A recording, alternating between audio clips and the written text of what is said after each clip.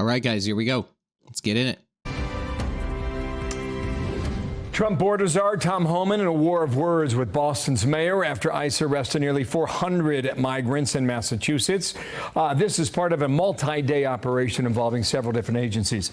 Molly Lyon picks the story up. What happened, Molly, and where are we now on this side of it? Hello. Good morning, Bill. Well, infuriated by the sanctuary city policies of Boston and many of the communities here in Massachusetts, Tom Homan, remember this promise, he promised to come to Boston. He revealed that he has now done it. That famous promise was to bring hell to this city, and he arrived last Tuesday, kicking off a 5-day operation, including multiple agencies, the FBI, ATF, U.S. Marshals, and the Drug Enforcement Agency. And in 5 days, we arrested 370 illegal aliens, the majority of them public safety threats, including murderers, child rapists, armed robbers, get them out of here, and TDA members. So, you know, the men and women of ICE made Boston and Massachusetts safer from the operation they did there last week. And we're going to go back again. He also relayed his frustrations on X, writing of numerous child rapists. Quote, ICE had to find and arrest these illegal alien rapists because Massachusetts and Boston are sanctuaries that refuse to cooperate with ICE. Homan slammed the Bay State's Democratic leadership, saying Governor Maura Healey and Boston Mayor Michelle Wu. We got No Clue Wu and Mara the Maleficent should be ashamed of supporting sanctuary policies. Healey promptly pushed back, highlighting her work as a former prosecutor, writing, Massachusetts is not a sanctuary state, and Massachusetts law enforcement regularly partners with federal agencies and federal law enforcement to keep people safe. In fact, just 2 weeks ago, the Massachusetts State Police were brought to the White House and recognized by President Trump and Attorney General Bondi for our partnership in arresting 24 members of a violent gang and fentanyl trafficking ring in Lawrence. And we also reached out to the mayor's office. The response from the city came from a spokesperson who questioned ICE actions. A spokesperson writing, we cannot confirm whether every individual was lawfully detained. We strongly urge ICE to release information on all the individuals detained in order to ensure transparency. I want to talk about that for a second. So the local news, all they keep on doing is highlighting the, let's say, collateral damage. And I've said this before, I will say it again. So no matter what you do, okay, no matter what you do, there is always going to be some levels of collateral damage. Always. Doesn't matter what law it is. Doesn't matter what it is. There's always collateral damage. But our, local news stations, all they keep on doing is highlighting the fact that there is collateral damage. But during the I think what a lot of people are missing here is that this was allowed to happen and nobody said a peep. Nobody said anything while millions of people were coming here, right? So now we're trying to clean up a mess that we did not create. That's essentially what's happening here. And they're crying on, these local news stations and on Reddit and on Twitter. God forbid, do not go to the Boston or Massachusetts subreddit, okay? It's it's infested. Okay, it's like a virus, and these people. I really feel like they don't think things all the way through, right? So they're seeing what's happening, and they're essentially not going a couple steps ahead and thinking about the damage that can be done if this kept on happening. Imagine what this would look like if there was not a crackdown on the immigration, okay? It would be uncontrollable. Bill? Okay, Molly, more to come on this. Certainly, Molly Lyon, thanks in Boston. Dana's got more. And Amy Carnevale is the Massachusetts Republican chair, and you've got your work cut out for you up there, and this issue might help. And here's another thing Maura Healey said to Tom Homan, that Massachusetts isn't just doing this public safety work, we are a model for it. A model? We are ranked as one of the safest states in the country for a reason, and we are going to stay that way. Listen, they keep on saying the same things. They keep on saying they're the safest state in the country. And a lot of people believe this stuff. It's unbelievable to me. Do you get the sense that that's how people of Boston or Massachusetts feel? Let's see what she says. Thank you, Dana. The fact of the matter is our governor and our mayor of Boston are not cooperating with ICE on detainer requests.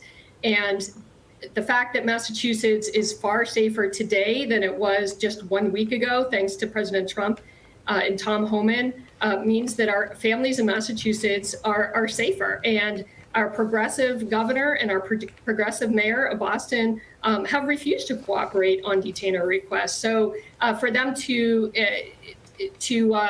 talk about the fact that they intend to cooperate is just nonsense and completely false. And Massachusetts residents see that every day on the streets of Boston. The Boston mayor, Michelle Wu, say this for her. She sticks to her guns. This is what she said on Sunday. This narrative that cities where more immigrants live are less safe is just simply not true. Our city is the safest major city in the country because we are safe for everyone, and also because we collaborate every day with the federal government. We're doing everything we can every day to keep people safe. I apologize for pausing this. I said this on X the other day. I don't know if you caught this. Let me pull this up. So here's what I said. All right. Here's what I said. I said, I'm generally curious how you could have two truths at the same time. Michelle Wu claims that Boston is the safest major city in the country, safe for everyone, and illegal immigrants do not contribute to the crime. Areas are not less safe because of this. That's her words, not mine. But she also claims that Boston law enforcement does not collect immigration status during arrests. And then I followed that up with this question. I said, so my question is, if law enforcement does not track or collect immigration status, of course, as she claims, how can they confidently claim that illegal immigrants are not contributing to the crime without the data, right? It's like a catch-22 here, because she's saying one thing on one hand, that there's not a contribution of crime due to illegal immigrants. But on the other hand, she's also saying during arrests that they don't collect information on immigration status. So how could you simultaneously have these two truths at the same time? So either one of those is not, like, this is what I'm trying to say here. Either one of those is not a truth, or they're both not true, right? That's essentially what it is. It's unbelievable to me that a lot of people did not pick up on this, and this is why this tweet or post, whatever it is why this thing is like, over 1,000 likes, and it's been viewed over 23,000 times, because I caught her in a very simple lie. It's crazy. And yet you read some of the crimes that these illegal immigrants were accused of, and it doesn't feel like that would be somebody that you want to leave in your city. Agree. Not at all. These criminal illegal aliens were accused of murder, rape, trafficking of drugs. And in fact, there was 44 kilos of methamphetamine, 5 kilos of fentanyl, 1 kilo of cocaine, 3 firearms seized over the weekend, along with these raids of the illegal criminal migrants. And again, these are individuals who are posing public safety threats. Nearly 400 individuals were seized over the weekend. Wow. And we are grateful in Massachusetts, families and citizens, that the federal government has stepped in 100%. Where our progressive governor and progressive mayor have refused to do so. This was from January, but just to give everybody a sense, just to remind you, Bill Maloogian went on a ride-along in January with ICE. Watch here. We are targeting very violent We saw this, I think. threats to our community. I'm not going back to Haiti. One of those threats is this illegal alien from Haiti. ICE says he's a gang member with 17 criminal convictions in recent years. So, you feel me? Yo, Biden forever, bro. Thank Obama for everything that he did for me, bro. Amy, the other thing is that there's a report out of Massachusetts that illegals charged with horrific crimes are being released with stunningly low bail requirements. Is that all just part and parcel of what Wu wants? Yeah, in some cases, the bail requirements are set as low as 500 or released on their own recognizance. And these are for incidences of child rape. So these are judicial officials appointed by Democratic administrations who are beholden to the far progressive left. And again, we are so thankful, the residents of Massachusetts, for this federal action because we are seeing these criminals released on the streets and offending again and again without consequence. Amy, do you see any Democrats or maybe more independent voters coming towards the Republican side that they might change their vote next time around? I think so. Absolutely. So in fact, 64% in Massachusetts are actually unenrolled, and we are seeing more and more unenrolled voters become Republicans. We've seen an uptick in voter registration. We saw an increase in the vote for President Trump in last November. And so we are seeing residents enroll in the Republican Party and more wanting to run for office in our municipal elections this spring. All right, Amy, thank you for joining us. You got your work cut out for you up there. We appreciate you coming on. I'm Steve Doocy. There you go. So could you imagine what would Boston and these other sanctuary towns or sanctuary cities, what would they look like today? Or let's say 4 years from today, if Trump wasn't elected or somebody wasn't elected that actually did something at the border, okay? It starts at the border, but you obviously have to do damage control to the huge amount, the massive amount of people that have come here already. And the fact is that I think that after the course of another 4 years, if Trump didn't get in, I think a lot of towns would be unrecognizable. I really do. And here's the thing. So they are arresting these people and they're doing these, let's call them heinous crimes, and they're being put out on bail for $500, right?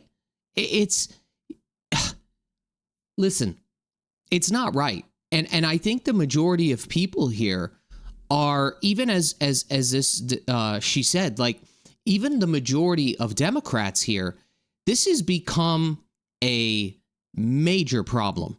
A major problem. And people are tired. I've said it before. People are tired of the, this emotional manipulation. Because what happens is these, like, Fox does it too, sometimes on the other side. But the fact is, you look at CNN or you look at MSNBC or even our local news stations. A prime example of this is, as I said before, when they're bringing up the collateral damage, all right? They're trying to weaponize your emotion. That's what they're trying to do. That's what these local news stations do. They try to weaponize your emotions against you. And they are trying to manipulate your emotions by only showing, let's say, one side of the story. Okay? So when you're hyper-focused on, let's say, the collateral damage, you start to negate the fact that maybe out of that 370, I don't know, maybe a third were violent criminals.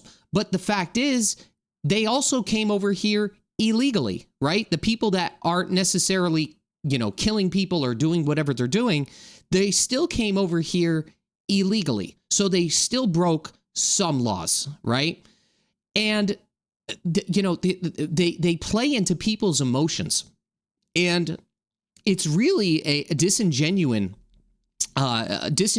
thing to do to people, in my opinion, because you're manipulating the truth and you're using people's emotions against them. And that's what I see happening with Michelle. That's what I'm seeing with Maura Healey. And then they're like, gaslighting people into thinking that, oh, yeah, we cooperate with ICE. And, oh, yeah, 2 weeks ago we were at the White House because we did something.